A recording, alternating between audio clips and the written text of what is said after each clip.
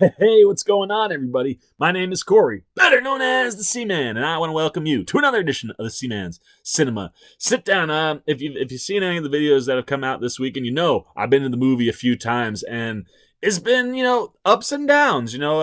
Crimes of Grindelwald fell a little bit lower than I anticipated. Widows a little bit higher than I anticipated.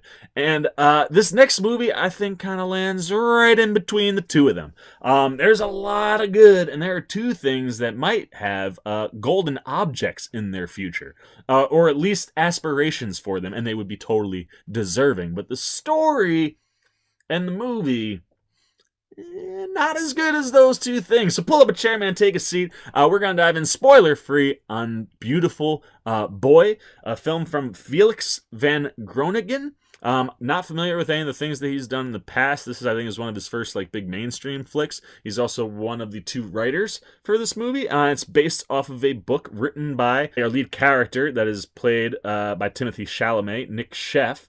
And both him and his father both wrote books that this movie pulls from. And the interesting thing, and the fact that there's two of them, is if you're unfamiliar, Nick Sheff, the son, played by Timothée Chalamet, is one of these kids that's from a broken home, but at least from his father, seemingly who's remarried, has other kids, has kind of been the one that Nick has spent most of the time with, was provided a very loving, warm family setting to grow up in, and ultimately ends up down a path that leads him to becoming a really bad drug addict. And it's all of the fallout, it's how that builds, it's how that falls apart, what that's like for a dad, what that's like for a son. And they both wrote books that came from memoirs that they were writing during the situation. A lot of people who go through rehab turn to writing just in general. They keep notebooks, things of that nature. But Nick was someone who wanted to go to school for writing, had a talent for writing. So he had written a lot. I believe his book was called Tweak. I don't remember what David Sheff's is called. But that's the father perspective. And the movie does a really good job, I think, without reading those books. I feel like it does a good job pulling from those, because you really get those two character stories quite well. And the movie does some things really well too. But it's just really clean. And that's the thing that I think hurts this movie, because it doesn't allow the emotional punches to land and the emotional peaks and valleys to land as strong as they could, because of how clean it is. Anytime I think about drug addiction or drug abuse movies, Requiem for the Dream is the first thing that pops to my brain. And that is about as dirty and ugly looking a version of, what a drug addict can be, that you'll ever see in mainstream media. I tell anyone that's never seen it before, ready yourself to walk out in a really bad mood. It's an excellent movie, but it goes really dark, and it gets into all of the dirt that revolves around drug addiction and abuse, and how that destroys lives, and shows you the dark, dirty underbelly of that world. And it affects you in a really drastic way. What Beautiful Boy shows you, I think, is very accurate. I think it really portrays a drug addict quite well. I think Timothée Chalamet plays an unbelievable drug addict in this movie. The way he tries to hide it, the way he steals, the way, as he goes through all the different steps of addiction, you see it, man. He starts stealing. He's lying about where he is. He'll, go to rehab so that people will lay off him, but then will come back, and he relapses, and he goes through all the things that you're familiar with, and he does all of them really well. The performance from Chalamet is so believable, and is so spot on. To anybody that's ever read anything about addiction or addicts, or has been personally involved with an addict, I think you'll watch this movie and you'll be like, I can relate to that. I'm very familiar with that, because it hits all those things. But like I said, it's kind of clean in its portrayal. There is a scene at the end where you finally kind of get to see the dirty side of this. And that's the first emotionally impactful scene in the movie. It's the scene that ultimately got me to roll a couple. And this is a movie that I think should have had me roll in a few the whole movie. The emotional punches should have been a little bit harder. I think the clean approach into how we'd explored the story hurt it a little bit. But Timothée Chalamet, amazing. And then there's Steve Carell. This guy, man, he just doesn't get the credit he deserves as an actor. I think it's because of the comedic beginnings. And there's actually a moment in the movie where he bursts into a laugh. That's classic Steve Carell. And it took me out of the movie for a split second because I was like, oh, comedy Steve Carell. But there were no jokes in this movie. And Steve Carell is transformative. He is unbelievable in this movie. I think this is the best work that Steve Carell has done to date. I think he's got a very strong, for your consideration argument. And it's interesting. I think both of these guys, man, Carell and Chalamet, you could drop either one of them into, leading performance or supporting performance. Come awards time. And I think they both have legitimate cases. I think they would both have strong arguments in either category. But I think whoever ends up in the supporting category, and it could be both of them, I think that could be where you might see a win. And Steve Carell, like I said, is transformative. He plays this father so well, and you can just so attach to the things that he's going through and the way he reacts to things. And then when,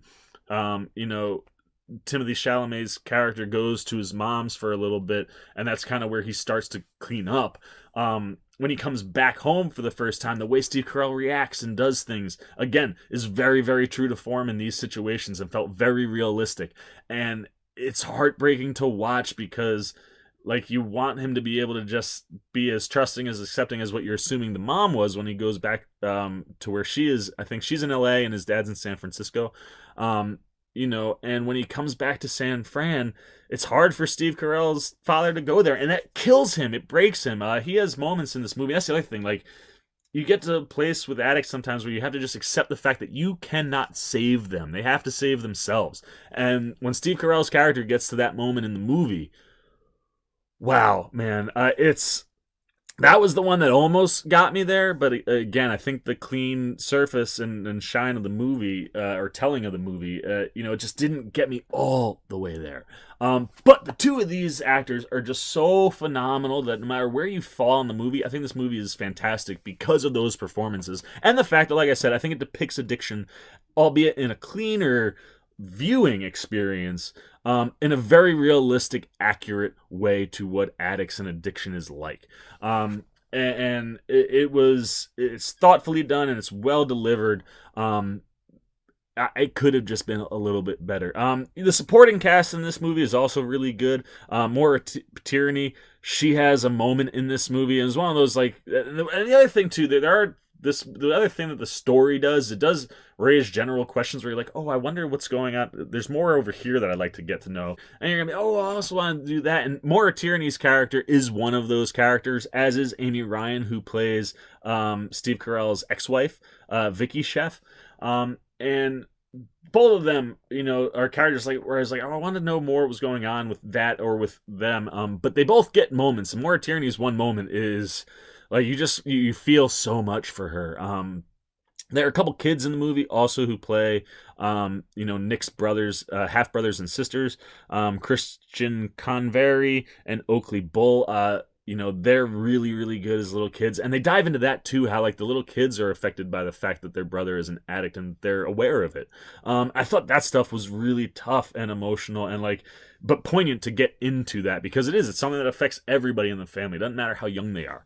And I liked that aspect of the movie, and I like that they were included as a part of it.